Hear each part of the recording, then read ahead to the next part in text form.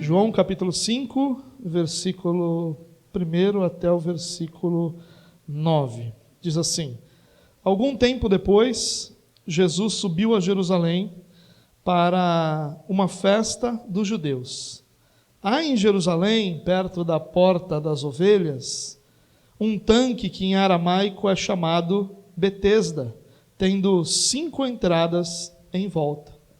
Ali costumava ficar grande número de pessoas doentes e inválidos, cegos, mancos e paralíticos. Eles esperavam um movimento nas águas, e de vez em quando descia um anjo do Senhor e agitava as águas. O primeiro que entrasse no tanque, depois de agitadas as águas, era curado de qualquer doença que tivesse. Um dos que estavam ali era paralítico, fazia 38 anos. Quando o viu sentado e soube que ele vivia naquele estado durante tanto tempo, Jesus lhe perguntou: Você quer ser curado? Disse o paralítico: Senhor, não tenho ninguém que me ajude a entrar no tanque quando a água é agitada. Enquanto estou tentando entrar, outro chega antes de mim. Então Jesus lhe disse: Levante-se, pegue a sua maca e ande. Imediatamente o homem ficou curado, pegou a maca e começou a andar. Glória a Deus. Nesse ponto da nossa jornada pelos evangelhos, e nós já estamos chegando a perto de 50 mensagens, 50 exposições dos evangelhos, e já estamos em João capítulo 5, né? Então falta bastante ainda. Nós temos visto muitos milagres de Jesus. Nós vimos a cura de um paralítico, nós vimos a purificação de um leproso, nós temos visto textos que dizem que Jesus ia a todas as cidades e aldeias curando os enfermos, restaurando os doentes. Então, o ministério de Jesus ele é cercado de muitos milagres. Existem alguns deles relatados. João, por exemplo, diz que aquilo que ele escreveu com o objetivo de que as pessoas crescem que Jesus é o Filho de Deus, mas ele faz a ressalva dizendo que se tudo que Jesus fez e ensinou fosse escrito, e aí é claro que ele usa uma forma exagerada, né? Ele diz que não caberia em todos os livros do mundo. Claro que ele está tentando nos ensinar ali que há muito do que Jesus fez e ensinou que não pode ser relatado por questões óbvias. Mas a grande questão é que o ministério de Jesus sempre foi muito cercado de milagres, de sinais, da expressão de compaixão de Jesus através das curas. Então me pareceu bom que nós pudéssemos refletir um pouco sobre os milagres, de uma forma mais ampla e mais conectados com a nossa vida. Então, o meu objetivo hoje aqui é falar sobre os milagres, tentar entender um pouco, não sobre esse especificamente, é claro que esse nos dá muitas lições sobre milagres, mas falar sobre os milagres de uma forma mais geral, mais ampla, e como é que nós lidamos com essa realidade dos milagres hoje. E a primeira coisa que eu quero deixar aqui, claro, é que a proposta não é discutir sobre a veracidade, sobre a existência desses milagres bíblicos.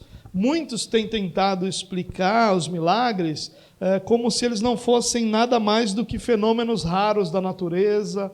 Outros têm tentado explicar os milagres como se eles fossem uma alegoria, uma coisa mais simbólica, relatos simbólicos, ou como se eles fossem até mesmo impressões erradas daqueles que vivenciaram o momento, e nós não cremos assim.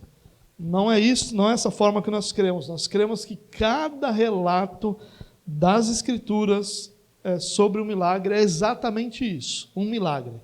Não há para nós dúvida nenhuma de que cada um dos milagres relatados tenha sido exatamente um milagre. Ainda que Deus possa ter usado fenômenos da natureza e usou pessoas, animais, natureza mesmo, para realizar esses milagres, eles são atos sobrenaturais de Deus. E eu quero deixar isso claro aqui, porque toda igreja reformada ela é muito acusada de ser uma igreja incrédula, uma igreja que não crê no agir de Deus. E isso não é verdade. Ainda que grande parte das igrejas reformadas não creia na modernidade, na contemporaneidade dos dons, ou como eram apresentados no período apostólico, nenhuma igreja bíblica, nenhuma igreja que se considere, que seja séria, vai dizer que os milagres não existem, que Deus não faz milagres. Ainda que isso seja posição pessoal de algumas pouquíssimas pessoas, não é uma posição das igrejas reformadas. Ao contrário disso, as igrejas reformadas creem basicamente num Deus poderoso e soberano que realiza o que lhe apraz para a sua própria glória. E isso inclui os milagres absolutamente. Então, antes de que aqueles que têm prazer em chamar a igreja reformada de uma igreja incrédula, ou que nos chamam de frios, ou de qualquer coisa desse sentido, antes disso acontecer, eu quero deixar claro aqui que não há dúvida no meu coração e que não há dúvida para nós como igreja no poder de Deus, na grandeza de Deus para a realização dos milagres. Isso não está em discussão, nenhum de nós tem dúvida disso. Deus é todo-poderoso, Ele faz milagres hoje como fez milagres em outras épocas e como fará milagres ainda em épocas futuras. Então, para deixar isso ainda mais claro, nós cremos sim que Deus faz milagres hoje. Ninguém tem dúvida disso com relação às Escrituras. E agora que a gente deixou isso claro, vamos nos esforçar aí para entender o que a Bíblia nos ensina sobre os milagres. E eu quero fazer isso com alguns propósitos na minha mente, né? Primeiro, eu quero ter o propósito de que, ao compreendermos melhor os milagres, nós possamos reconhecer a grandeza e a bondade de Deus em fazer isso em nosso favor.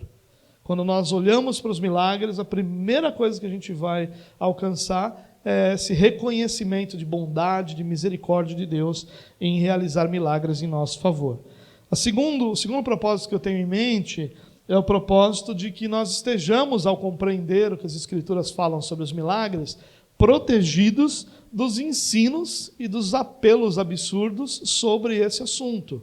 A igreja evangélica brasileira é uma igreja muito conectada aos milagres hoje em dia. Existem muitas igrejas cuja existência é completamente dependente dos milagres. Se eles fizerem uma reunião onde não tiver um milagre, acaba a igreja, acaba aquilo que é o trabalho que eles estão realizando. Há uma dependência muito grande, e isso vai produzir falsos ensinos, vai produzir apelos absurdos. Então, para que a gente possa se proteger dessas realidades, eu quero que a gente olhe para esse assunto. E, por fim, eu quero que, como objetivo, a gente possa entender como nos comportar diante da necessidade de um milagre. Algumas pessoas já me procuraram dizendo assim: pastor, agora que o senhor é reformado, o senhor não acredita mais em milagres, né? E eu digo para ela: não, uma coisa não tem nada a ver com a outra. Agora que eu sou reformado é que eu acredito em milagres. Antes eu tinha dificuldade, porque o que eu via era muito questionável e era apresentado como milagre. Hoje eu creio no milagre de uma forma muito mais bíblica, muito mais clara, muito mais plena. E a pessoa às vezes dizia assim para mim: mas o senhor não ora por milagres, né? O senhor acha que Deus faz tudo o que Ele quer, só do jeito que Ele quer, de forma soberana? Para que o senhor ora por milagres? Eu digo: não, eu oro por milagres. Eu oro por milagres porque orar por qualquer coisa é uma ordenança de Jesus. E eu oro por milagres porque eu creio que Jesus faz milagres. Se eu creio que Ele faz, eu vou orar para quem? Para quem crê, para quem eu creio que é capaz de fazer milagres. Então, há uma desinformação muito grande com relação a isso entre aqueles que não conhecem a fé reformada e entre aqueles que conhecem de forma superficial. Então, é por isso que eu quero compartilhar com vocês hoje algumas dessas questões ligadas ao milagre. Ou seja, a pregação que eu estou apresentando essa noite não é uma pregação expositiva, eu não vou expor esse texto, não vou falar de contextos e aplicações para ele. Eu quero falar sobre algumas verdades. Claro que esse texto aqui é fundamental para a gente entender essas verdades, mas algumas verdades que a Bíblia ensina sobre a questão dos milagres. É isso que eu quero fazer essa noite, e se a graça de Deus me permitir fazer isso, eu tenho certeza que vai ser muito boa muito bom e edificante para todos nós essa realidade. Bom, em primeiro lugar, é importante que a gente compreenda que os milagres têm um propósito. Isso é fundamental. Ao entender isso, se torna muito mais fácil nós entendermos toda a realidade bíblica dos milagres. Os milagres têm um propósito. Muitas vezes parece, pela oração e pela forma que as pessoas buscam o milagre ou creem no milagre, que elas entendem o milagre como uma espécie de direito evangélico, ou até mesmo de capricho pessoal. A pessoa deseja alguma coisa na sua vida, quer que alguma coisa mude, que alguma coisa seja diferente, então ele vai lá e, sem se preocupar de forma alguma com os propósitos que o milagre tem, ele simplesmente quer um milagre porque é o desejo dele, porque é a vontade dele, porque é o que ele quer que aconteça. E, biblicamente, isso nunca aconteceu. Sempre que nós encontramos milagres nas Escrituras, nós encontramos milagres conectados a um propósito. Existem diversos deles que nós poderíamos encontrar dentro desses milagres, mas a própria seleção desses milagres nas Escrituras, ou seja, o que nós temos, que nós conhecemos como Evangelho, é uma seleção dos relatos que ocorreram, dos milagres que Jesus fez, das palavras que ele ensinou e que foram selecionados por quem? Pelo próprio Espírito de Deus, que guia e que inspira os autores a escreverem aqueles relatos e não outros, e essa própria seleção dos relatos é para nós uma prova de que existem propósitos nos milagres. Já que cada vez que um milagre é apresentado, você vai encontrar com ele, na continuidade, um propósito que é alcançado. Nós poderíamos lembrar como propósitos que existem para quando Deus faz um milagre. Primeiro, cumprir a aliança que ele tem com o seu povo. Deus estabeleceu uma aliança com o seu povo. E essa aliança que Deus estabeleceu com o seu povo é uma aliança de cuidado. É uma aliança onde ele seria o Deus do seu povo e o seu povo teria ele como seu Deus. É uma aliança de uma maneira que ele seria pai e de que aqueles que fazem parte da igreja seriam seus filhos. É uma aliança de cuidado, de relacionamento, é uma aliança de governo. Então Deus realiza milagres para cumprir essa aliança que ele tem. Na sua aliança, Deus fala de cuidado com o seu povo. Então existem muitos milagres que são simplesmente o reflexo dessa aliança, e não simplesmente de uma forma de tamanho, né, mas de limitação. Deus está cumprindo sua aliança, e por isso milagres acontecem na vida do seu povo. Deus prometeu que cuidaria do seu povo. E existem muitos momentos em que esse cuidado vai exigir um milagre da parte de Deus. E que esse cuidado de Deus vai ser expressado no milagre que nós vivenciamos, que nós experimentamos, que nós vemos. Então, o primeiro propósito de Deus para o milagre é cumprir sua própria aliança. Um segundo propósito que nós poderíamos identificar nos textos bíblicos e nesse também é que às vezes o milagre acontece de forma que nós sejamos moldados à imagem do Filho. De forma que aquela realidade que nós estamos vivendo e que está nos impedindo de viver a plenitude do nosso relacionamento com Deus e nos impedindo de sermos moldados à imagem do Filho, aquela circunstância é eliminada, de forma que agora eu possa permanecer e continuar sendo moldado à imagem do Filho. Nós vamos ver isso, por exemplo, em relatos bíblicos do Novo Testamento, em especial no livro de Atos, onde Deus muda as circunstâncias, e a mudança daquelas circunstâncias vai trazer uma edificação pessoal, uma transformação pessoal, uma mudança até às vezes de rumo na vida daquelas pessoas que são o alvo do milagre. Então Deus realiza milagres para nos moldar à imagem do seu Filho. E talvez certamente o maior propósito do milagre é o próprio Deus ser glorificado. Deus não faz milagres para cumprir caprichos de filhos mimados. Deus realiza milagres para que o seu nome seja exaltado sobre a terra. Quando você olha para os Salmos, diversas vezes isso é lembrado. A terra toda te exultará pelos teus grandes feitos. A terra toda lembrará da grandeza das suas obras. Ou seja, o Senhor será glorificado por causa das suas ações, por causa dos seus milagres, os milagres que Ele faz no meio do seu povo. Deus é glorificado com os milagres. Quando os propósitos, ou algum desses propósitos, não é alcançado, nós não devemos ter nenhuma expectativa de que o milagre aconteça. Milagre não é fruto de um capricho da parte de Deus, nem a realização de um capricho da parte daquele que está clamando pelo milagre. O milagre é fruto da ação de Deus para a glória do seu próprio nome. Então, a gente precisa compreender isso, irmãos, que muitas vezes nós nos perdemos nesse caminho e esquecemos que os milagres existem para que Deus seja glorificado. Não para que eu me sinta melhor ou mais feliz, mas para que Deus seja glorificado. Esse é o alvo maior dos milagres. A segunda realidade que eu queria apresentar sobre os milagres aqui é que os milagres devem nos lembrar o governo de Deus sobre tudo. Os milagres são um lembrete para nós de que nós temos sobre nós e a terra tem sobre ela alguém que governa sobre tudo.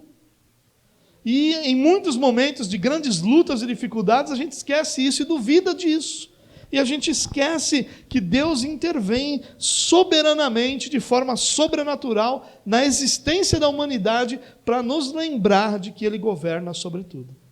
Hoje eu estava lendo aquele texto de Lucas capítulo 2, onde nós encontramos o decreto de César Augusto para que houvesse um recenseamento. E quando você pensa naquilo, entende aquilo, fica mais fácil de você entender a soberania de Deus. Deus havia, algumas centenas de anos antes, usado um dos seus profetas para declarar que o nascimento de Jesus aconteceria em Belém. José e Maria estavam vivendo no norte de Israel, na Nazaré, na região da Galileia. E se Jesus nascesse sem nenhuma intervenção divina, ele nasceria em Nazaré e não em Belém. Mas havia uma palavra profética de que aquilo ali se cumpriria, ou seja, Deus iria levar os pais, ou principalmente a mãe de Jesus, a Belém, e Jesus nasceria lá. O que Deus faz? Deus usa César Augusto. Num dia que talvez ele tenha assinado muitos outros decretos, ele assina um decreto exigindo que todo judeu se recenseasse. Ou seja, era um recadastramento de CPF, para que ele soubesse quantas pessoas em idade de exército ele tinha, e para quantas pessoas ele podia, de quantas pessoas ele poderia cobrar os impostos. E aí Deus usa então esse homem que faz esse decreto. Qual é o final da história? Jesus nasce em Belém. Deus governa sobre tudo. Não existe absolutamente nada nessa terra que está à parte do governo de Deus. Não existe nenhuma realidade que subsista por si só. Deus governa sobre tudo. E essa é a maior lembrança que o milagre produz em nossa vida. Deus governa sobre todas as coisas. Não existe absolutamente nada nessa terra que esteja à parte do governo de Deus. Isso é uma grande lembrança para nós, irmãos. E Deus realiza milagres para nos lembrar disso, que há um Deus soberano que governa sobre tudo e que vai intervir soberanamente todas as vezes que Ele entender que isso deve acontecer. Que fabuloso isso é para nós, irmãos. Como isso deveria trazer segurança ao nosso coração. Saber que mesmo que todas as circunstâncias apontem para um desfecho tal, Deus intervém soberanamente de forma que o desfecho vai ser aquele que Ele sempre determinou que fosse. É o nascimento de Jesus. O desfecho indicava outra coisa. Ele vai nascer em Nazaré, essa profecia vai ter que ser entendida de outra forma, ou vai ser vista como uma profecia que não se cumpriu, e Deus então intervém de forma que aquilo aconteça da forma como Ele disse que aconteceria. Isso é glorioso para nós, irmãos. Isso deveria fazer nosso coração exultar e deveria nos fazer descansar em Deus. As circunstâncias não são poderosas. Deus transforma as circunstâncias para a glória do seu nome todas as vezes que isso for necessário. Todas as vezes que as circunstâncias forem contrárias àquilo que Deus quer fazer, as circunstâncias serão transformadas. Deus faz milagres para exaltar o seu próprio nome. Terceiro lugar, uma coisa que a gente precisa compreender bem também: milagres não produzem conversão. Conversão é uma coisa, a experiência do milagre é outra coisa. E isso está mais do que documentado nos evangelhos, quando nós encontramos diversas pessoas que são curadas ou que são alvo de um milagre, mas que não vivem uma vida com Jesus, que não se submetem a Jesus, que não andam com Jesus, que não se convertem à verdade do evangelho. Esse aqui é um homem que nós não encontramos o relato da sua conversão. Quem não lembra da história dos 10 leprosos que são curados e que nunca mais voltam, ou a maior parte deles nunca mais volta para se relacionar com Jesus, ou para nem sequer conhecê-lo mais a fundo? Milagre não significa conversão. É uma tolice da nossa parte imaginar que onde existem mais milagres, vão existir mais pessoas convertidas, porque elas vão ver aquilo e vão se converter. Conversão não é isso. Conversão é um ato sobrenatural de Deus em produzir novo nascimento no coração de alguém, para que esse alguém possa agora então enxergar como Cristo é belo, como Cristo é verdadeiro, como Cristo é o seu Senhor, e aí então ele deposita a sua fé em Cristo. O milagre não pode fazer isso. Só pode ver o reino de Deus aquele que é nascido do alto. Você lembra disso? Se não nascer do alto, ninguém pode ver o reino de Deus. Se não nascer de novo, ninguém pode fazer parte do reino de Deus. Milagre não produz conversão. Milagre é maravilhoso, milagre é uma bênção na vida de quem o experimenta, mas a expectativa de que um milagre vá atrair a pessoa para a igreja é errada da nossa parte. Por quê? Porque ela vai no máximo atrair alguém interessado em experimentar mais milagres. Você lembra Jesus quando está multiplicando pães, a multidão que ele tinha ao seu redor? E aí então, de repente, começa a pregar o Evangelho. Começa a anunciar qual é o Evangelho. O que acontece? Todo mundo vai embora. Todo mundo vai embora. Aquela multiplicação dos pães não converteu pessoas. Porque é impossível que qualquer coisa, exceto o próprio Deus, produza conversão no coração de alguém. É impossível que qualquer circunstância produza conversão. Só Deus produz conversão no coração de um homem. Em quarto lugar, milagres não são resultados da ação humana, mas da misericórdia de Deus. Esses dias, estudando para essa mensagem, eu fui pesquisar no YouTube alguns vídeos sobre milagres. Queria entender o que muitas pessoas estavam falando sobre isso, porque honestamente eu senti um pesar no meu coração de a gente falar tão pouco sobre esses temas nas igrejas reformadas. E aí de repente eu me deparei com uma pregação intitulada Provocadores de Milagres. E eu disse, olha, né?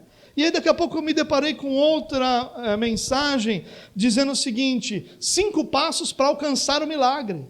Disse, olha, 5 só?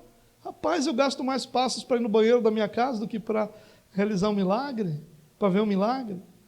E às vezes nós achamos que é possível que a gente provoque Deus para que Deus realize um milagre. Mova Deus para que Deus realize um milagre. E isso não é verdade. Pelo menos não nas Escrituras.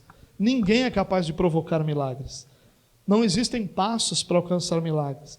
Pessoas não podem ordenar milagres. Ninguém merece o milagre. Milagre é fruto da exclusiva misericórdia de Deus. Olhe para esse homem aqui, do texto que nós lemos agora em João capítulo 5. Ele está lá, ele era doente há 38 anos. Segundo as palavras do próprio Jesus, essa doença era fruto do seu pecado. Ele está colocando sua confiança, não em Jesus, mas numa crença popular de que um anjo mexeria as águas.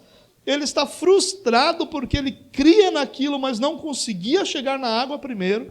Jesus pergunta se ele quer ser curado, tudo que ele consegue responder é com amargura, com frustração, com tristeza. Ele nem sequer percebe que Jesus está oferecendo a ele uma outra novidade de vida, ele só fala da sua própria circunstância, ou seja, era alguém centrado em si mesmo, e Jesus diz para ele: levanta, toma a sua cama e anda.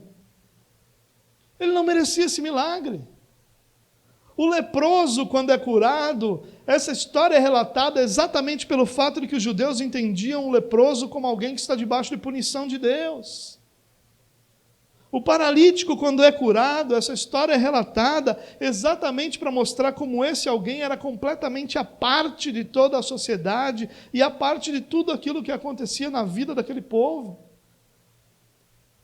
Ninguém merece o milagre. O milagre é fruto da bondade, do amor, da misericórdia de Deus sobre o povo dele, sobre aqueles que ele criou, sobre a sua criação.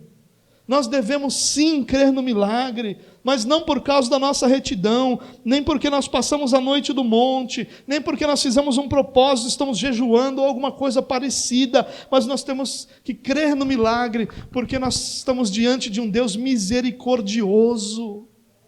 Quando você lê os textos bíblicos que falam de milagres, a maior parte deles tem no meio lá da história que está sendo contada a expressão assim: e Jesus, movido de íntima compaixão, aí ele realiza o milagre. E Jesus, cheio de compaixão, realiza o milagre. E Jesus, compadecido da condição daquela pessoa, realiza o milagre. Milagre é fruto da misericórdia de Deus, do amor de Deus. Deus não olha para as suas obras, Deus não olha para a sua justiça, mas Deus olha para a sua dor e tem compaixão do seu sofrimento e a angústia e tudo aquilo que você passa e te socorre no meio da sua tribulação. Milagre de Deus é resultado da misericórdia de Deus, do amor de Deus, desse amor tão inimaginável, desse amor que, segundo Paulo, é constrangedor. É isso que realiza o milagre na nossa vida, o amor de Deus. O milagre não é provocado pela nossa fé, o milagre não é provocado pelas nossas obras, pela nossa justiça, pelas nossas ações. O milagre é provocado pela misericórdia de Deus, pela compaixão de Jesus Cristo por aqueles que sofrem, pelo amor de Deus por aqueles que estão em tribulação, em dor, em angústia. É nisso que nós temos que confiar. Nossa confiança, quando estamos em busca de um milagre, deve ser a confiança na misericórdia de um Deus bondoso e gracioso, que sem precisar, que sem que nós merecêssemos, nos chamou para fazer parte da história com Ele. É nisso que deve estar a nossa confiança. Milagres não podem ser provocados, milagres não podem ser alcançados por alguma ação humana. Milagres são fruto da inimaginável graça de Deus, essa escandalosa graça de Deus que alcança aqueles que não merecem, mas que transforma a vida dessas pessoas por causa da bondade e da misericórdia de Deus. Em quinto lugar, isso também é importante a gente entender para que a gente não seja enganado. Milagres, eles são comprováveis, definitivos e completos. A gente precisa entender isso. Não tem nenhum milagre na Bíblia que diz assim: o paralítico saiu então mancando e um mês depois ele ficou bom. Não tem. Não tem nenhum milagre assim: o morto deu uma mexidinha, umas 3 horas depois ele acordou de vez. Não tem. Não tem, olha, ele ficou curado, mas um mês depois, quando ele foi fazer o exame percebeu que não estava bem curado. E aí o médico então voltou com os remédios. Não existe isso. Nós muitas vezes somos sugestionados àquilo que nunca foi milagre, sugestionados àquilo que nunca aconteceu. E nós, por causa do nosso desejo de ver isso acontecer, por causa do amor, às vezes, que nós temos por pessoas que estão sofrendo e que precisam de um milagre, por causa, às vezes, da dor que nós estamos sentindo, nós somos sugestionados. E aí tudo que a gente vê de milagre é caroço. Eu nunca vi uma geração para ter caroço igual a nossa. E eu nunca vi um Deus tão ocupado em tirar caroço. Coisas que não podem ser comprovadas. Coisas que Você vai no médico e nada ficou resolvido, nada ficou provado, nada ficou definido. Simplesmente alguém achou que estava, alguém achou que foi curado, e agora todo mundo acredita nisso. Não, os milagres de Deus existem sim, mas eles são comprováveis, ninguém teve dúvida do milagre. Quando esse homem levanta, pega a sua cama e sai andando, ninguém tem dúvida que ele está curado. Ninguém chama ele, vem cá, deixa eu te examinar, deixa eu ver se você está curado. Ao contrário, existiam algumas realidades em que as pessoas, por causa da sua condição, a lepra, por exemplo, era uma delas, elas eram afastadas do convívio social. E que, se caso elas fossem curadas, elas deveriam se apresentar ao sacerdote, para que o sacerdote examinasse aquele camarada e declarasse se ele está curado ou não. Quando Jesus cura alguém que estava coberto de lepra, ele diz para essa pessoa, vá se apresentar aos sacerdotes, vá lá cumprir o que a lei determina, para que fique claro que você foi curado. Esse negócio de, irmão, você está curado, para de tomar remédio, que está tudo certo. Não. Como assim? Se Deus me curou, eu vou no médico amanhã e o exame vai dizer que eu não tenho nada. E aí eu vou parar com todos os remédios. Mas esse negócio de que a gente fique acreditando simplesmente em alguma coisa que não pode ser comprovada, isso é sugestão, mas isso é manipulação. Os milagres de Deus são definitivos, o cara não sai mancando, não. Quando você pega um paralítico, você sabe o que é um paralítico de 38 anos? Você acha que as pernas dessa pessoa, os músculos dessa pessoa, estavam como os músculos de qualquer uma outra pessoa? É claro que não. Eles estavam todos atrofiados pela falta de uso. Na sua paralisia, os seus nervos não funcionavam. Deus não simplesmente disse, agora o nervo funciona e está tudo bem. Não, o milagre é muito maior do que a nossa cabeça, a nossa visão consegue perceber. Ali o músculo atrofiado precisou ser restaurado, os nervos precisaram ser restaurados, os ossos fracos precisaram ter sido fortalecidos, a pele que estava já flácida precisou ser fortalecida, muita coisa precisou acontecer para o camarada, na mesma hora, o texto diz imediatamente, ele levanta, toma a sua cama, enrola ali sua cama, que era uma espécie de esteira, e sai andando. Milagre não é isso não, meu irmão. Milagre não é isso, eu estava com uma dor de cabeça, agora passou. Milagres são coisas que transformam realidades, que transformam vidas. Não estou dizendo que Deus não cura a dor de cabeça, não é isso que eu estou dizendo. Eu estou dizendo que quando nós queremos tanto milagres, que nós ficamos em busca dessas coisas que ninguém consegue comprovar, nós estamos aptos para sermos enganados. Prontinhos para que alguém nos manipule e faça da gente aquilo que não deveria ser feito. Em sexto lugar e penúltimo lugar, nós devemos orar por milagres. Se você, depois que começou e conheceu a fé reformada, tem deixado de orar por milagres, você está errado. Se você, que conheceu a fé reformada, agora acha que Deus não faz mais milagres, você está errado. É claro que nós, ao olharmos as Escrituras, nós vamos ver que os milagres não aconteceram na mesma intensidade o tempo todo. É claro que nós vamos perceber isso. Nós vamos ver que existiram alguns períodos, como por exemplo, o período em que Moisés governou o povo, em que os milagres eram abundantes. E nós vamos ver que o período de cerca de 400 anos em que o povo foi escravizado no Egito, nós mal vemos relatos de milagres. Nós vamos ver os períodos, por exemplo, de Elias, de Eliseu, com milagres abundantes. Mas nós vamos ver outros períodos, como por exemplo, o período em que o povo vai para o cativeiro, com poucos milagres, com quase nenhum relatado. Nós temos nas nossas Bíblias uma lacuna entre Malaquias e Mateus de cerca de 400 anos, onde não há nada de extraordinário para ser contado. É claro que o período apostólico foi um período de abundantes milagres, é claro que isso aconteceu. Então existem períodos em que os milagres são mais abundantes, mas isso não quer dizer que Deus só fez milagres nesses períodos. O nosso Deus é um Deus que não muda, é um Deus onde não há sombra de variação. O mesmo amor que há em Deus houve em Deus no período de Moisés para com seu povo, onde os milagres eram abundantes, é o mesmo amor que há em Deus sobre cada um de nós e sobre todos os seus filhos em todos os períodos da humanidade. Se você não crê em milagres, irmãos, você não crê no governo soberano de Deus sobre as coisas. Mas eu não preciso orar, porque Deus faz o que lhe apraz. Deus, na sua soberania, determinou que os seus filhos orariam a Ele e seriam por Ele ouvidos. Deus determinou isso, Deus estabeleceu isso como uma realidade do relacionamento dele com seus filhos. Como é que nós podemos dizer que nós cremos em Deus e não oramos por milagres? Não orar por milagres demonstra a nossa incredulidade, irmãos. Demonstra como nós transformamos o nosso Deus num objeto religioso, num objeto de estudo teológico, mas não em alguém vivo que se relaciona com cada um de nós. Todos nós aqui provavelmente temos histórias de milagres que aconteceram na nossa vida.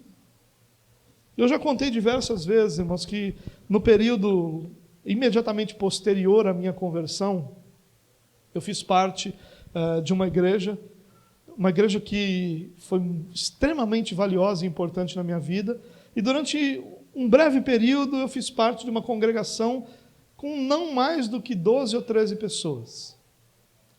E nós tínhamos culto 3 vezes por semana, como era o costume daquela igreja, e um dos dias era um dia de uma reunião de oração, onde havia um período de testemunhos. E nunca existiu um dia desses onde não tivesse alguém para contar alguma coisa. É verdade que às vezes as pessoas contavam coisas que para nós eram insignificantes, mas que eram milagres de Deus. Eu me lembro de uma senhorinha que fazia parte, que essa tinha testemunhos o tempo todo. E uma vez ela foi lá e contou um testemunho que, claro que isso faz muitos anos, né, mas hoje seria mais ou menos assim o testemunho dela. Olha, eu estava sem dinheiro em casa, precisando de R$20 para comprar alguma coisa, e de repente me ligou um amigo e foi lá e me levou R$20, e glória a Deus, porque Deus fez esse milagre e eu consegui alcançar o que eu queria. Talvez para você diga, levou R$20 lá, isso é milagre. Na hora de gastar o tempo da igreja em ouvir essas coisas. Se esse é o seu pensamento, irmãos, é porque você acha que milagre é só ressuscitar morto. E Deus faz milagres o tempo todo na nossa vida. Muitos deles nós nem sabemos que aconteceram. Quantas vezes Deus nos livrou de realidades que nós nem percebemos que Ele nos livrou? Quantas vezes? Quantas vezes Deus fez você mudar um caminho que você faria e você nunca ficou sabendo porque você achou que aquele caminho foi mudado porque você achou que devia mudar, e você nunca ficou sabendo que aquele caminho foi mudado pelo Senhor para te guardar? Deus faz milagres. Os milagres não são só aquelas coisas gigantescas aos olhos de todo mundo. O cuidado que Deus tem conosco vai sempre fazer com que Ele governe sobre as coisas. E ao governar, coisas são realidades são mudadas, realidades são alteradas. É claro que nós precisamos ter muito cuidado com isso, né, para que a gente também não fique naquela loucura de que o tempo todo ali alguma coisa é um milagre. Nós devemos deixar isso ser como é mesmo, confiar em Deus que está cuidando de nós e ter a convicção de que muitas coisas a gente nunca soube, nem vai saber, ou talvez só saiba na glória, quando nós teremos ainda mais motivos para glorificá-lo por tudo aquilo que Ele fez na nossa vida. Não louvar a Deus por um milagre que não ocorreu demonstra a nossa arrogância, irmãos. Quando nós oramos e aquilo de repente não acontece do jeito que a gente queria, a gente não louva a Deus por aquilo, isso demonstra a nossa arrogância. Nós não podemos esquecer que Deus cuida dos seus, que Deus ouve o clamor do seu povo. O povo de Deus precisa orar pela intervenção, pela ação, pelo milagre de Deus na sua vida, na sua casa, na sua igreja, na sua cidade, no seu país. Nós precisamos orar para que Deus haja em nosso meio. Nós temos que deixar esse ceticismo de que esses milagres ficaram para trás e crer que Deus é poderoso para intervir e governar e que Ele faz isso com alegria no meio do seu povo. Eu queria te lembrar um texto que é um dos textos que marca muito meu coração, lá em Êxodo capítulo 3, Só para te lembrar rapidamente, você não precisar ficar dependendo da leitura maior, Êxodo vai contar a história da libertação do povo de Deus, que foi cativo dos egípcios por mais de 400 anos. Deus usa Moisés para isso, e ali muitas coisas miraculosas, grandes sinais, maravilhas, milagres vão acontecer. Mas antes de tudo isso acontecer, Deus vai ao encontro de Moisés. E Deus fala com Moisés, Deus envia Moisés para ser ele o porta-voz dessa boa notícia ao povo, de que ele libertaria o povo. Mas quando Deus se encontra com Moisés, ou vai ao encontro de Moisés, no capítulo 3, versículos 7, 8 e 9, lá de Êxodo, tem o seguinte texto: Disse o Senhor: de fato tenho visto a opressão sobre o meu povo no Egito, e também tenho escutado o seu clamor por causa dos seus feitores, e sei quanto eles estão sofrendo. Por isso desci para livrá-los das mãos dos egípcios e tirá-los daqui para uma terra boa e vasta, que manam leite e mel. Pois agora o clamor dos israelitas chegou a mim, e tenho visto como os egípcios os oprimem. Esse é um dos textos mais belos das Escrituras. Olha o que o texto diz, presta atenção. Tenho visto a opressão sobre o meu povo no Egito. Você não tem a impressão, às vezes, que as coisas estão acontecendo na sua vida e Deus não está vendo? Você não viu isso? Não é possível. E olha o que ele diz, e também tenho escutado o seu clamor. Deus estava vendo que o povo estava sofrendo, e Deus estava ouvindo o clamor do povo, por causa dos seus feitores, por causa das pessoas à sua volta, que traziam sofrimento ao seu povo. E sei quanto eles estão sofrendo. Olha que palavras lindas. Quem está falando isso aqui é Deus a Moisés. Eu estou vendo, eu estou ouvindo, eu sei o que está acontecendo, eu sei o quanto vocês estão sofrendo, por isso eu vim para livrar meu povo. Irmão, se isso aqui não é motivação para que a gente ore pelos milagres que nós precisamos, o que mais será? Deus está dizendo, vim, eu desci, porque eu estava vendo, eu sei o quanto eles estão sofrendo, mas eu também estava ouvindo o clamor, porque quando o povo começou a sofrer, o povo começou a orar, porque eu não sei quanto a você, mas se tem uma coisa que me torna alguém apaixonado por oração, é um sofrimentozinho, não é? Quando o calo dá aquela apertada, parece que liga o botãozinho, oração, né? Eu acho que todos nós somos assim. Isso não quer dizer que a gente não ore em outros momentos, não é isso que eu estou dizendo. Mas isso quer dizer que momentos bons tendem a nos distrair muito facilmente. E que momentos difíceis tendem a nos focar, a nos colocar de volta na percepção do que é importante. E se quando vem um sofrimento sobre a minha vida, você pode ter certeza que você vai me encontrar orando muito mais do que quando as coisas vão bem. Mas o que deve nos motivar é essa oração, é essa certeza de ter ouvido o próprio Deus dizer: eu tenho ouvido o clamor do meu povo. E resolvi descer para livrá-los, para tirá-los desse meio e para levá-los para uma terra que mana leite e mel, uma terra vasta. E ele termina isso dizendo: pois agora o clamor dos israelitas chegou até mim, e tenho visto como os egípcios os oprimem. Deus está ouvindo a oração do seu povo. Nós precisamos crer nisso com toda a intensidade do nosso coração.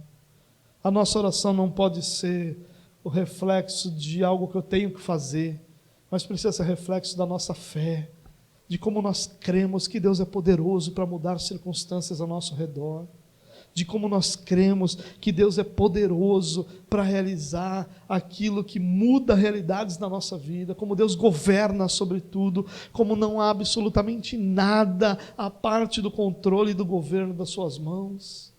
Deus faz tudo o que lhe apraz, de forma que seu nome seja glorificado, de forma que a sua aliança de cuidado com o seu povo seja cumprido, de forma que o seu amor seja visto, que nós percebamos e que o resultado disso seja louvor. Quando nós olhamos para o livro dos Salmos, esses 150 salmos que nós temos, eles são majoritariamente cantos de louvor e de gratidão a Deus, por aquilo que Deus fez, pelo pecado que foi perdoado, pelas batalhas que foram vencidas, pelas circunstâncias que foram transformadas, pelas vidas que foram cuidadas, pelos doentes que foram curados, por tudo que Deus fez. E então qual é a expressão do seu povo? Louvor. O que nós temos que fazer é orar, crer, buscar a Deus, sabendo que Ele é bondoso, gracioso e que Ele tem uma aliança com o seu povo. Deus tem prazer em abençoar o seu povo. Às vezes a impressão que nós temos é que a percepção do nosso Deus é de que Ele é aquele cara carrancudo, louco para ver a gente errar e nos fazer mal. Quando, ao ler as Escrituras, nós vamos ver um Deus compassivo, bondoso, generoso, longânimo. Quantas vezes o povo desobedeceu a Deus, o povo fez o que era abominável aos olhos do Senhor, e o Senhor estava ali trazendo uma providência para que o povo se arrependesse, para que o povo se voltasse para Ele, para que o povo buscasse a Deus. Aquele texto tão famoso dos livros das crônicas: se o meu povo, que se chama pelo meu nome, se humilhar e buscar a minha face, orar, clamar a mim, é isso que esse texto significa, então eu os ouvirei e os sararei. Olha que coisa fabulosa, que promessas fabulosas nós temos nas Escrituras. Promessa de um Deus que sara, de um Deus que cura, de um Deus que transforma realidades, irmãos. É diante desse Deus que nós vivemos. Nós não vivemos diante de um Deus que governa todas as coisas sem levar em conta as nossas necessidades. Esse Deus que pode tudo e que faz tudo como lhe apraz, para louvor da sua glória, é glorificado no seu cuidado com os seus filhos. Deus é glorificado no cuidado que Ele tem com cada um de nós. Por isso nós devemos orar por milagres. Nós devemos crer que eles existem. Só que há um detalhe, irmãos. Nós vamos encontrar Tiago nos dando um alerta, dizendo que muitas vezes nós oramos e não recebemos, porque nós oramos para o nosso próprio prazer, para o nosso próprio deleite. Ou seja, o que Tiago está dizendo é que muitas vezes as nossas orações não têm nenhuma conexão com aquilo que Deus está dizendo que vai fazer, com aquilo que Deus diz que é importante, com aquilo que Deus diz que deve ser prioridade para nós. E nós estamos tão distantes daquilo que é a prioridade de Deus para nós, que nós estamos clamando por outras coisas que não tem nada a ver com o plano de Deus para a nossa vida. É isso que o Tiago está dizendo.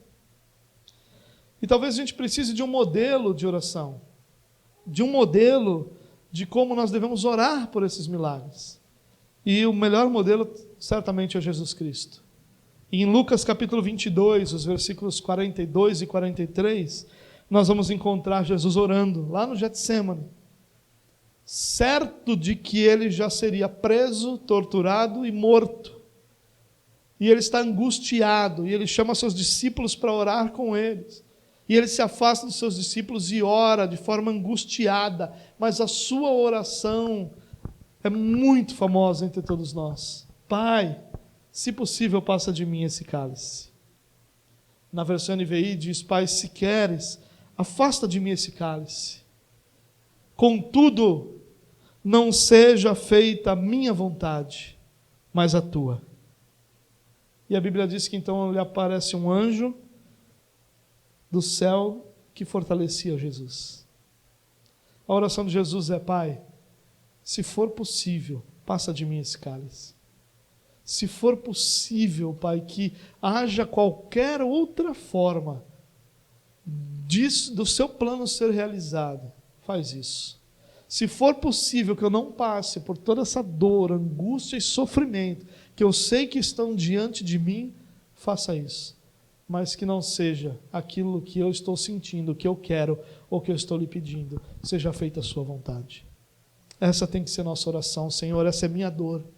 Essa é a minha angústia, esse é o meu pedido, esse é o meu clamor diante do Senhor. Realize esse milagre na minha vida.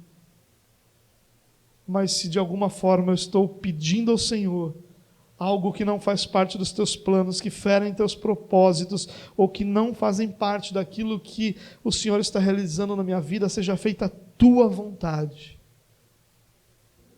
E quando nós oramos assim, nós somos fortalecidos e consolados pelo Senhor,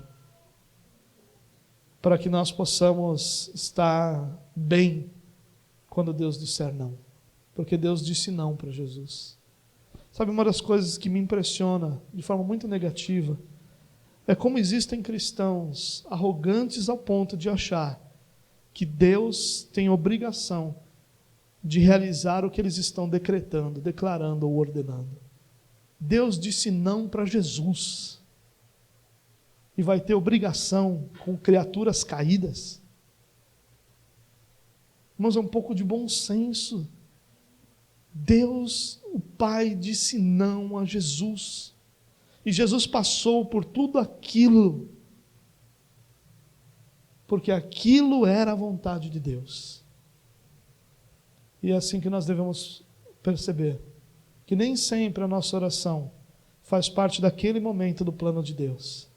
Que nem sempre aquela providência de Deus é o que Deus estabeleceu para o que Ele está fazendo na nossa vida, ou para o que Ele está fazendo em nossa família. E que muitas vezes a resposta à nossa oração será não. E nesse momento nós precisamos ser fortalecidos pelo Senhor. E somos fortalecidos quando nós dizemos a Deus: Pai, que seja feita a Tua vontade. Que não seja feita a minha, mas seja feita a Tua vontade sobre a nossa vida. Eu queria terminar dizendo uma última coisa. Não há milagre maior do que a nossa conversão. Para aqueles que acreditam que faltam milagres no meio da igreja, eu tendo a concordar, ou tendo a pensar que seria muito mais confortável para todos nós se mais milagres existissem. Nós veríamos menos pessoas sofrendo e nós teríamos um coração mais tranquilo em meio a esse sofrimento todo. Mas nós não podemos esquecer que mesmo que nós não estejamos vendo abundantemente mortos ressuscitarem, cegos verem, paralíticos andarem, nós estamos vendo diariamente o maior milagre que existe, que é a conversão de alguém. Muitas pessoas não enxergam a conversão como um milagre, porque ainda entendem a conversão como uma decisão pessoal, e não como um milagre do novo nascimento. Mas se você lembra daquela série de exposições que nós fizemos em João capítulo 3, você vai lembrar que Jesus repetidamente diz a Nicodemos: ninguém pode fazer parte do reino de Deus se não nascer de novo. E esse nascer de novo significa nascer do alto, e o que Jesus está dizendo para Nicodemos é: Nicodemos, se isso não vier do alto, se Deus não realizar isso em você, se você não for nascido de novo pelo próprio Deus, você não pode ver, você não pode entender, você não pode fazer parte do reino de Deus. É um milagre. É o milagre da conversão. É o Deus que atrai para perto de si alguém que está morto e dá a ele vida. É um Deus que atrai para junto de si alguém que está escravizado pelos seus pecados e lhe dá liberdade. É um Deus que atrai para perto de si alguém que está impossibilitado de se relacionar com Deus por causa dos seus pecados, e lhe concede perdão, e lhe concede vida, e lhe concede relacionamento. É um milagre. Não existe milagre maior do que a conversão de um pecador. E Deus faz isso todos os dias ao nosso redor. E esse é o maior milagre que Deus fez em nossa vida. Deus nos ressuscitou em Cristo Jesus e nos deu vida, e vida em abundância. Esse é o grande milagre que Jesus realizou em nossa vida. Nós que estávamos perdidos, nós que fazíamos parte do reino das trevas, nós que de forma alguma tínhamos qualquer inclinação para as coisas de Deus, que éramos incapazes de amar a Deus, incapazes de aceitá-lo, de recebê-lo, de desejá-lo, nós fomos ressuscitados em Cristo. Nós encontramos aquele que é o caminho, que é a verdade, que é a vida. Encontramos aquele que nos deu nova esperança, que nos deu nova vida, que nos deu o Filho. Nós precisamos nos lembrar que nenhum milagre que Deus fizer em nossa vida, e isso não é de forma alguma um impedimento para que a gente ore por milagres, mas o maior milagre que Deus pode e que realizou na vida de alguém, é que esse alguém fosse chamado à vida eterna em Cristo Jesus, o nosso Senhor. Eu quero terminar essa mensagem, irmãos, te lembrando o seguinte, que o Deus que criou os céus e a terra, o Deus que sustenta tudo o que existe, é o mesmo Deus que nos trouxe para a sua família, que nos prometeu cuidado, que tem nos dado abundante amor e que tem nos instruído a buscarmos a Ele nas nossas necessidades.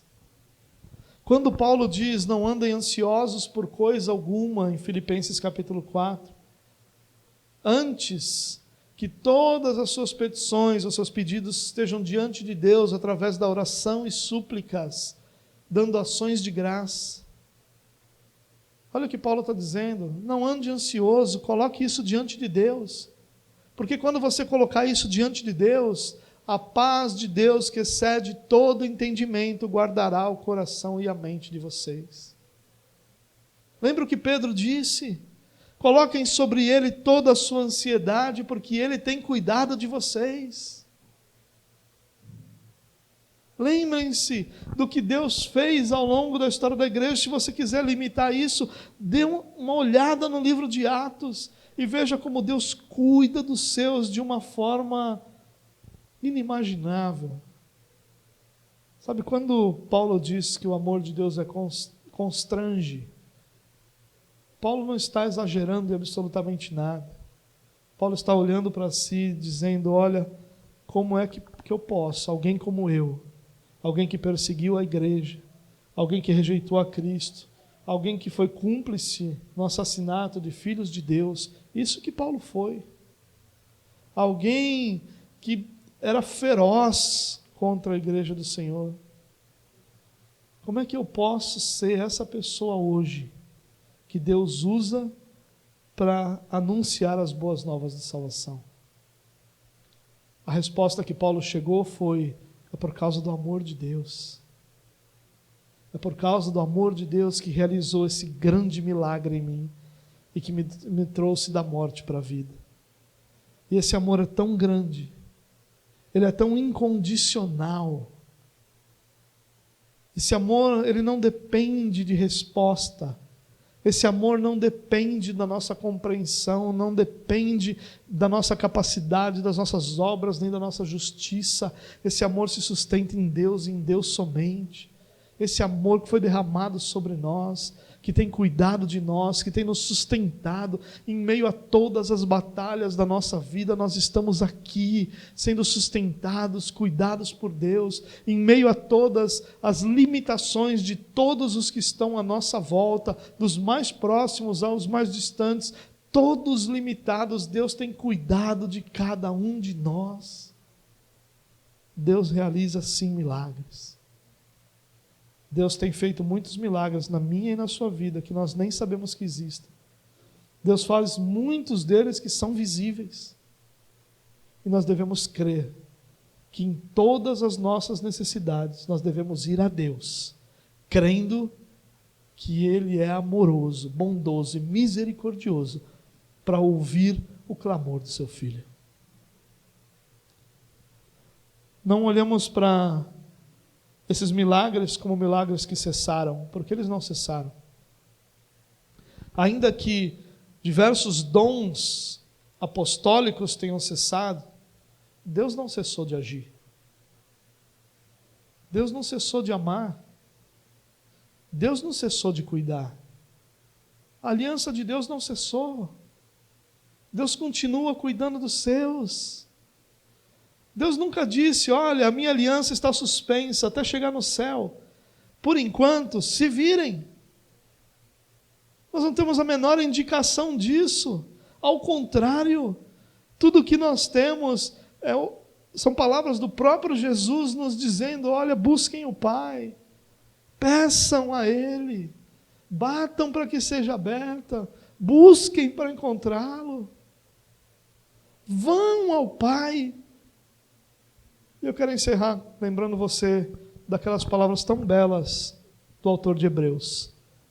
Capítulo 4, ele diz, para que nós nos acheguemos com confiança ao trono da graça, crendo que nós vamos encontrar graça e misericórdia no dia da nossa necessidade. Esse é o conselho que deve ecoar. Devemos nos chegar com confiança diante de Deus, certos de que nós vamos encontrar graça e misericórdia nos dias mais difíceis da nossa vida. Nós cremos em milagres porque Deus faz milagres. Nós cremos em milagres porque Deus não muda. Nós cremos em milagres porque o amor de Deus é incondicional. Nós devemos orar por eles, orar continuamente, orar cheios de fé, orar cheios da esperança de que a misericórdia de Deus nos alcance, para a glória do nome dEle.